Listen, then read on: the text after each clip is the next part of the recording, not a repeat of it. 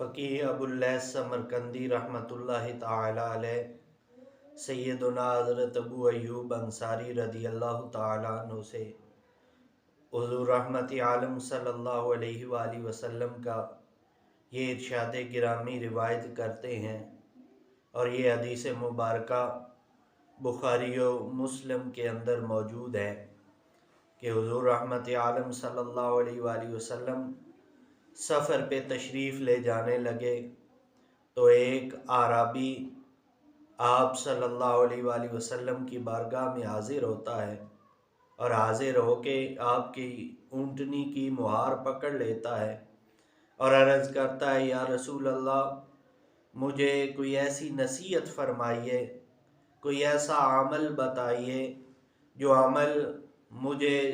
जन्नत के करीब कर दे और मुझे जहन्नुम से दूर कर दे। तो अल्लाह के प्यारे महबूब सल्लल्लाहु ताला अलैहि वसल्लम ने नसीहत करते हुए इरशाद फरमाया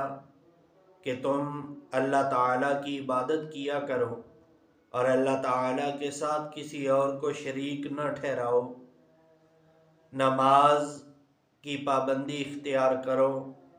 और ज़कात अदा किया करो और रिश्तेदारों के साथ ताल्लुक़ जोड़ने की कोशिश किया करो। अगर तुम ये सारे आमाल कर लोगे तो अल्लाह ताला तुमसे जन्नत को करीब कर देगा और जहन्नुम को सो दूर हो जाएगी। गोया अल्लाह की इबादत करना, नमाज कायम करना, ज़कात अदा करना और रिश्तेदारों के साथ हुस्न सलूक करना, जो भी ताल्लुक़ तोड़ने की कोशिश करे उसके साथ ताल्लुक़ को जोड़ना और बेहतर बनाना, ये सारे वो आमाल हैं जिनकी बिना पे